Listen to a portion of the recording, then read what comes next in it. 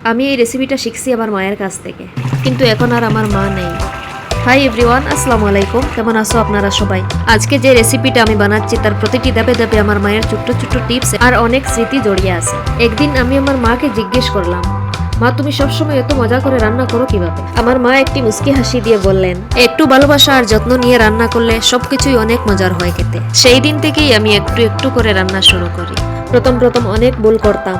কখনো লবণ অনেক বেশি হয়ে যেত, আবার কখনো অনেক কম হয়ে যেত, আবার তো কোনো সময় এরকমও হতো পুরা রান্নাটাই নষ্ট করে ফেলতাম। কিন্তু বিশ্বাস করুন, আমার মা কখনো আমার উপর রাগ করতেন না, বরং উল্টো সব সময় আমাকে বুঝিয়েছেন কিভাবে করলে সবকিছু পারফেক্ট হবে।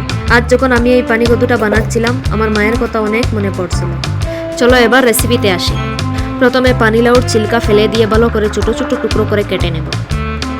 তারপরে পেঁয়াজ, 1 চা চামচ সরিষার দানা, 3টে কাঁচা লঙ্কা এবং একটু ধনিয়া পাতা দিয়ে গ্রেন্ড করে নেব। এখানে আমি একটা তেলাপিয়া মাছ নিয়েছি। আপনারা যে কোনো মাছ দিয়ে বানাবেন, অনেক মজা হয় খেতে।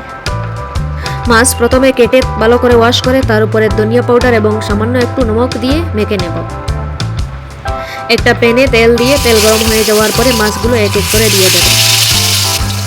এখানে ক্রিস্পি ফ্রাই করব না, সামান্য একটু 2-3 মিনিটের জন্য ফ্রাই করে নামিয়ে নেব। শুধুমাত্র কাঁচা গন্ধটা যাওয়া পর্যন্তই ফ্রাই করব। এখানে বেশি ফ্রাই হয়ে গেলে আসল মজাটাই চলে যাবে। এখন আপনারা মেইন রেসিপিটা দেখে নিন, আশা করি অনেক ভালো লাগবে। তেল ভালো করে গরম হয়ে যাওয়ার পরে পেঁয়াজের যে মশলাটা বানিয়ে রেখেছিলাম ওইটা দিয়ে দেব। পেঁয়াজের কাঁচা গন্ধটা একটু চলে যাওয়ার পরে এখানে আমি একটা টমেটো গ্রাইন্ডিং করে দিয়ে দেব। পেঁয়াজ আর টমেটো একটু মিশিয়ে নেওয়ার পরে এখানে লাউ দিয়ে দেব। একটু ভালো করে এখানে মিক্স করবেন যাতে কোনো ধরনের কাঁচা গন্ধ না থাকে। দেখতেই পাচ্ছেন এখানে তেলগুলো উপরে উঠে গেছে, ততক্ষণ পর্যন্তই নাড়াচাড়া করব। লাউ দেওয়ার পরে এখানে পাউডার মশলা বেশি দিতে হবে না। 1/2 চা চামচ হলদি পাউডার, সেম কোয়ান্টিটি জিরা পাউডার, ধনিয়া পাউডার এবং লাল মরিচের পাউডার দিয়ে দেব এবং স্বাদ অনুযায়ী নমক দেব।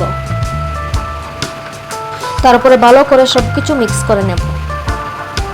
এখানে ভালো করে মিক্স করবেন, না হলে কাঁচা গন্ধটা মশলার থেকে যাবে। তারপরে মিডিয়াম ফ্লেমে 5 মিনিটের জন্য ঢেকে রেখে দেব। 5 মিনিট পরে আবার দেখে নেব ঢাকনা সরিয়ে। যদি লাউয়ের থেকে কোনো ধরনের পানি বের না হয় তাহলে সামান্য পরিমাণে পানি দিয়ে দেব। কোনো লাউয়ে কিন্তু অনেক পরিমাণে পানি থাকে। এই লাউয়ে পানি ছিল না, তাই সামান্য পরিমাণে আমি পানি দিয়েছি। পানি দেওয়ার পরে 10 মিনিটের জন্য ঢাকনা দিয়ে ঢেকে রেখে দেব এবং অবশ্যই হাই ফ্লেমে রাখবো যাতে ভালো করে সিদ্ধ হয়ে যায়।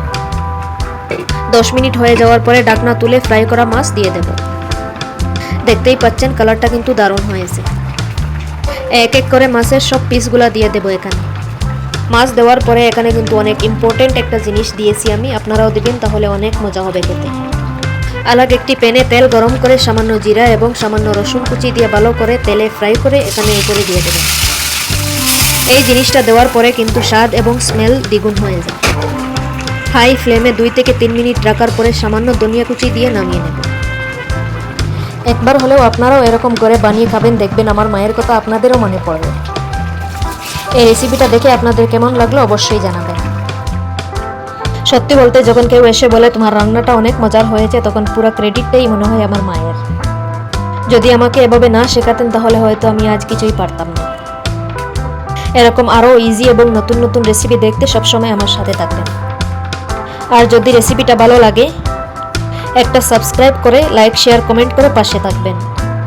আমি কিন্তু এখানে খেয়ে দেখালাম, অনেক মজা হয়েছে খেতে। আপনারাও একবার ট্রাই করবেন আর কমেন্টে জানাবেন কেমন হয়েছে।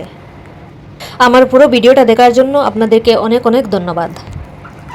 দেখা হবে আবারও নেক্সট রেসিপিতে। আল্লাহ হাফেজ। আর হ্যাঁ, সাথে ফলো করতে ভুলবেন না।